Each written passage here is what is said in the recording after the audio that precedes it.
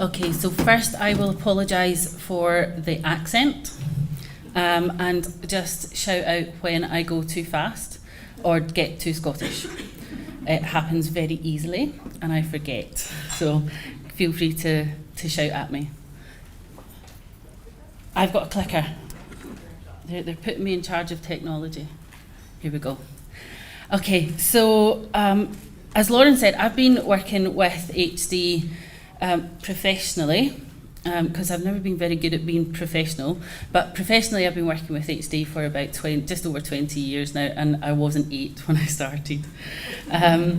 But personally, I have been involved with HD my whole life. So I come from an HD family. My mum had HD. There's a microphone, I need to talk into it. So this is my lovely family, and this is around about 1983, 82, 83. And the year I was born, which I'm not going to tell you, my grandmother was diagnosed with Huntington's disease. She was the second person to be officially diagnosed with Huntington's disease in our family. Her sister was diagnosed the year this organisation was founded, 1976. And so Gran was the first person, and Mum then was at risk, therefore we were at risk of Huntington's disease.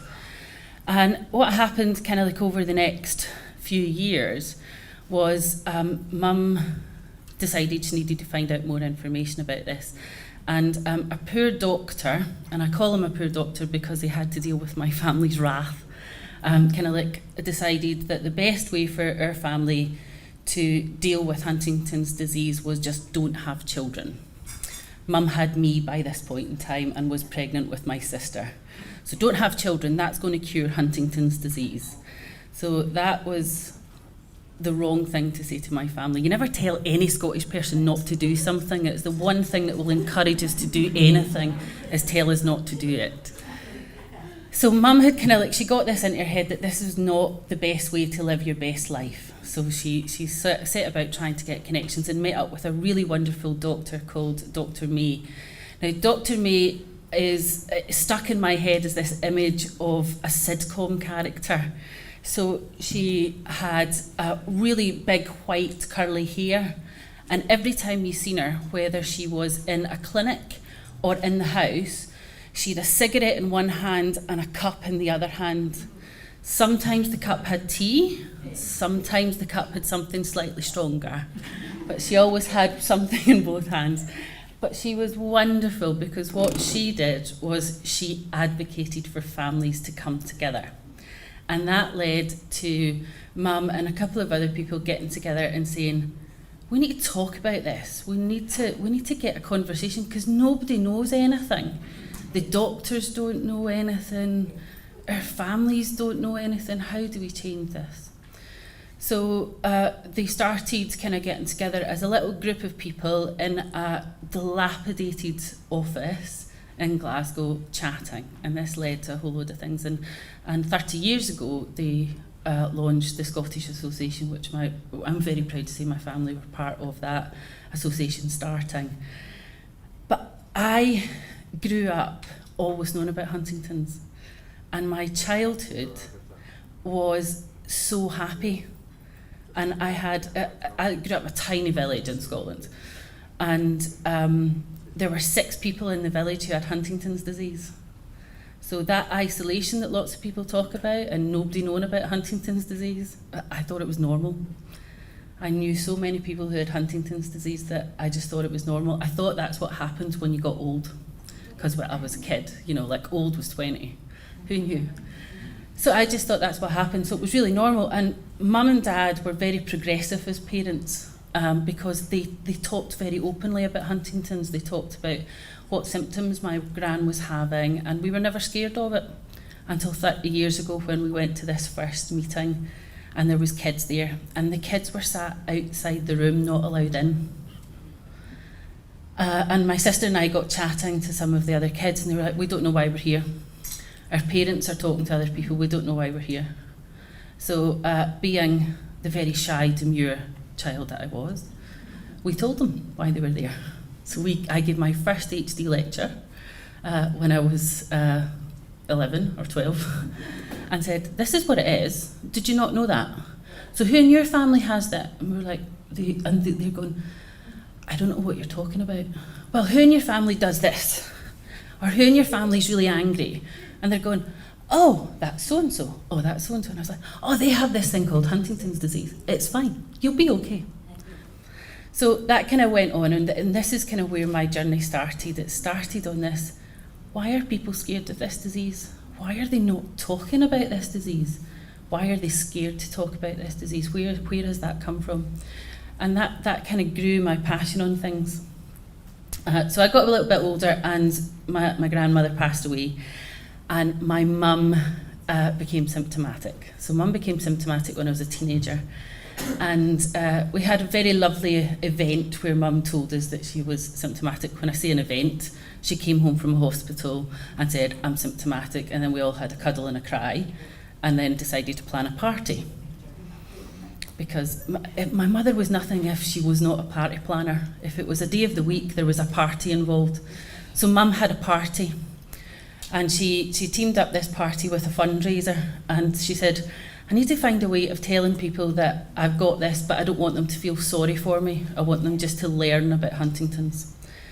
And at the same time, her best friend was diagnosed with terminal cancer and had a double mastectomy. They're like, we'll do something together. So they planned this party, and we were having this bit of a fundraiser for cancer research and Huntington's disease. And this is my mother and her friend telling people they have a terminal illness. They did the dying swan routine from Swan Lake. My mother is playing the diva. And that's how they told people. So this kind of epitomises my mother. If there was fun to be had and there was a way of making light of something, she found it. And she genuinely made us laugh. Is that my phone? Okay, thank you. Could be.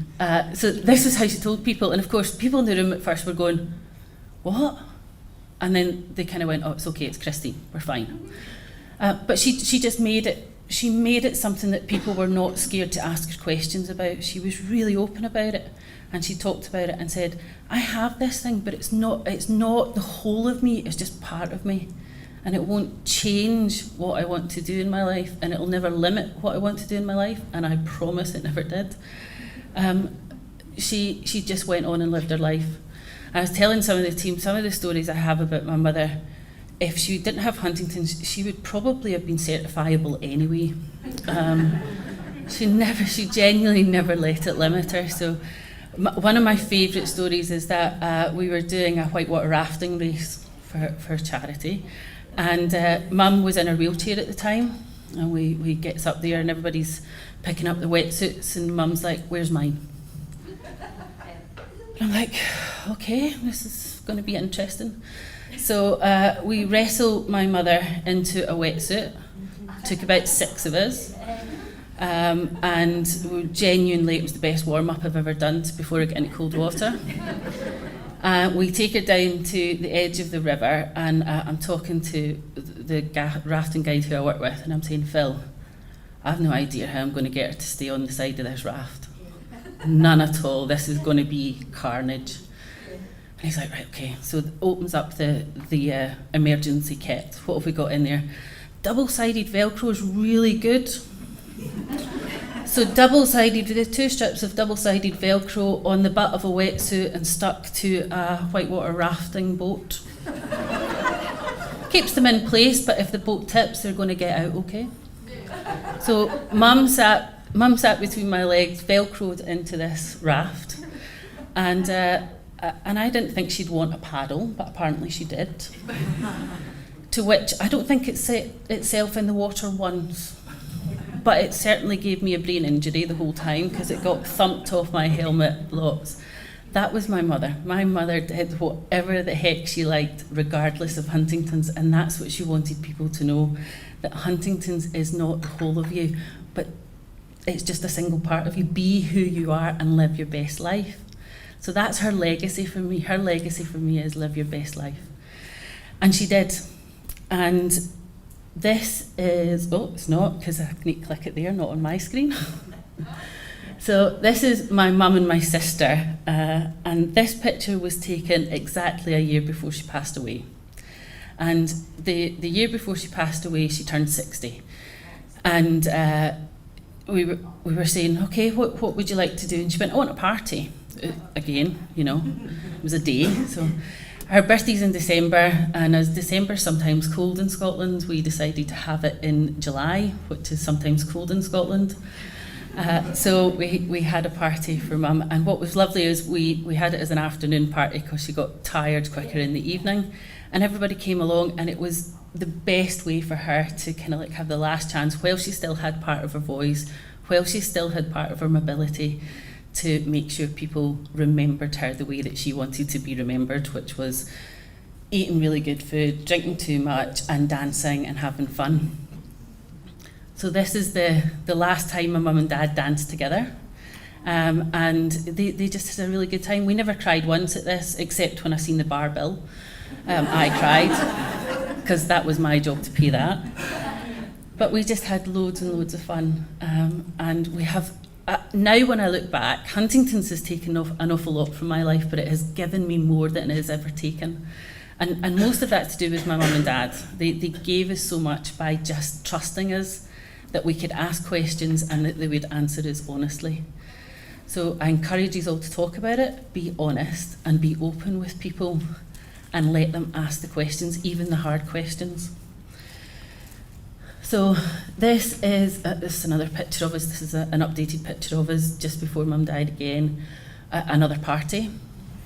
This is my sister's 30th birthday party.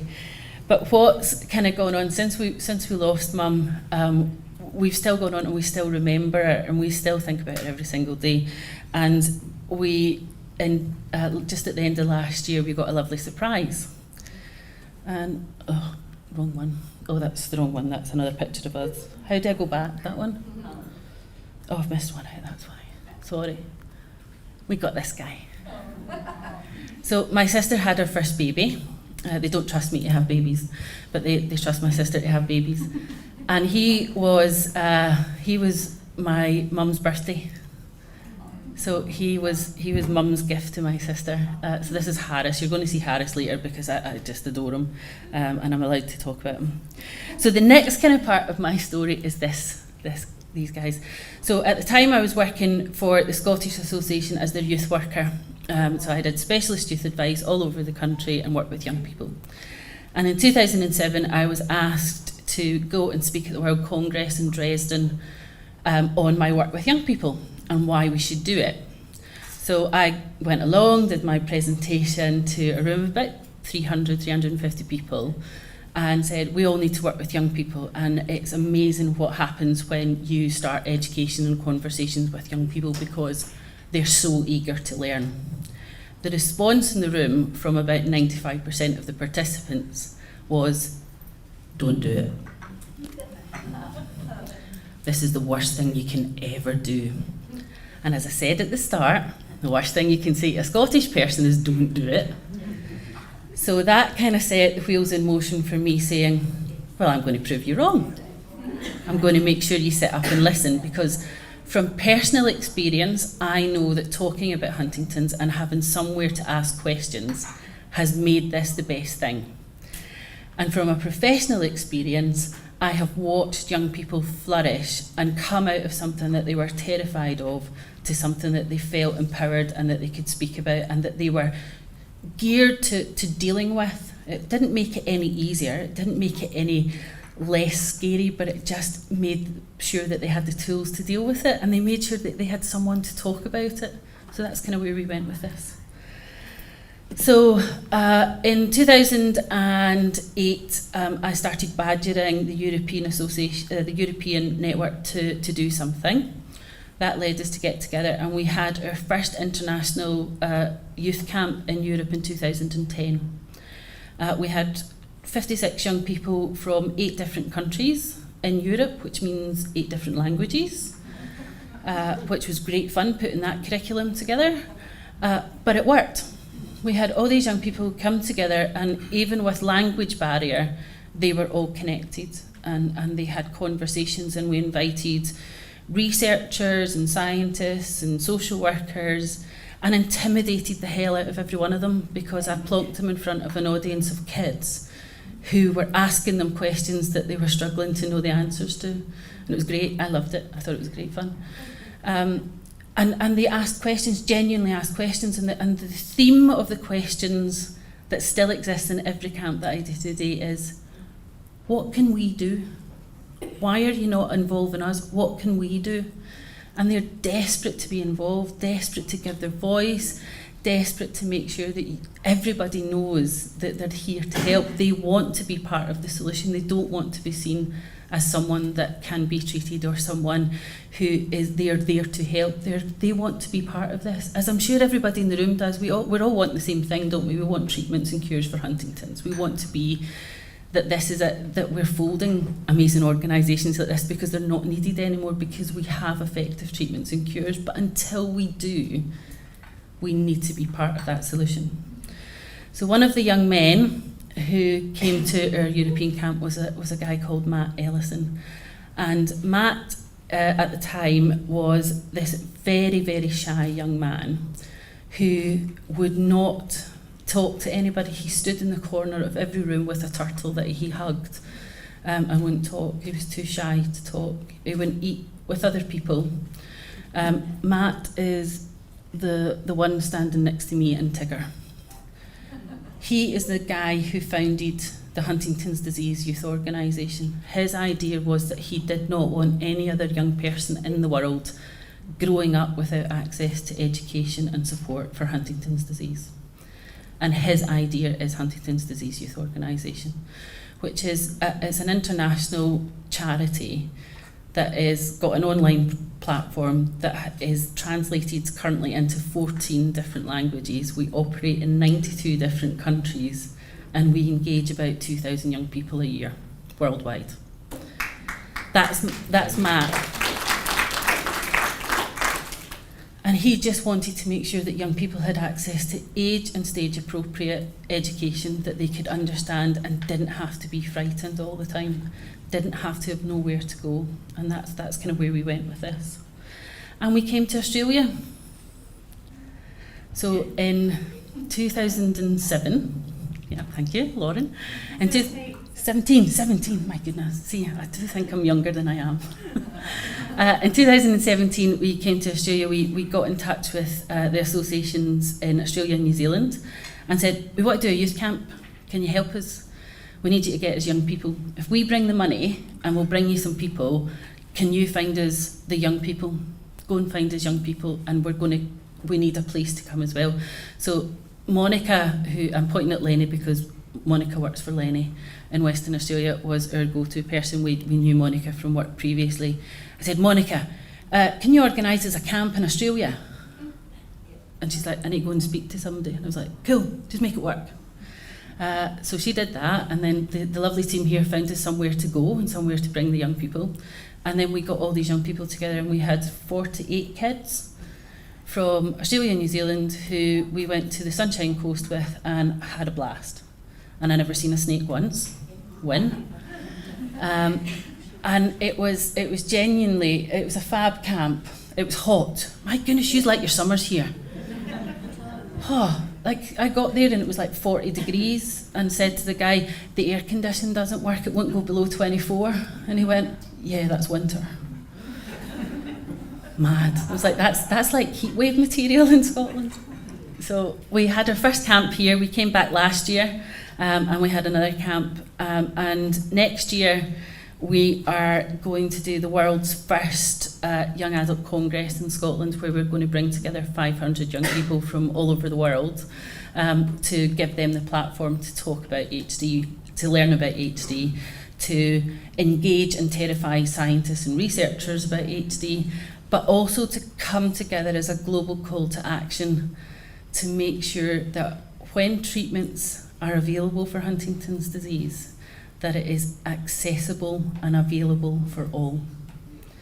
There is no point in just one person having access to the treatment. We need it for everybody, and that's where our young people are going to help us achieve that.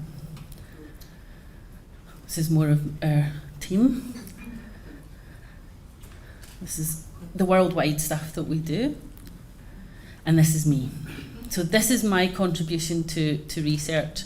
They have now given me 3 lumbar punctures. Not because for HD treatments or anything, this is they needed my spinal fluid, so I said they could have it. And if anybody wants to see a video of me having a lumbar puncture, happy to show you it. Absolutely hilarious. My lumbar puncture was that I did a radio interview at the same time as having my spinal fluid taken because I got my times mixed up. Great fun. So the spinal tap happened at the same day that they announced the Roche trial, so that was why I was on the radio as well as having a spinal tap. It was great fun. But these are the things that we do. We're quite happy to video ourselves having lumbar punctures and blood tests and everything. And this is what we've achieved. So as this tiny little organisation, I have 3 staff worldwide, by the way, who achieve this. We've spent not a lot of money. In 7 years, we've spent $1.4 million, US dollars. And in that, we've done all this. We've got the most viewed YouTube HD channel. Don't know what that means. I think people watch our videos on YouTube. And we've engaged thousands and thousands of young people from all over the world. So that's who we are, that's what we do. And for me, I want to leave you with this. This is my hope. You need to make this work, please, Caitlin. This is my hope. This is Harris, everybody. I did promise you more baby pictures. This is why I do what I do, not because he's at risk of Huntington's, but because I want him to know that growing up in this world, there is always hope, regardless of what the obstacles are. And I want every single person in this room to know that you're not alone, and that together we will all do this, and always have hope. Listen to all of the research that's going on, but get yourself educated and talk to everybody about it. Everybody will listen if you just find the right words.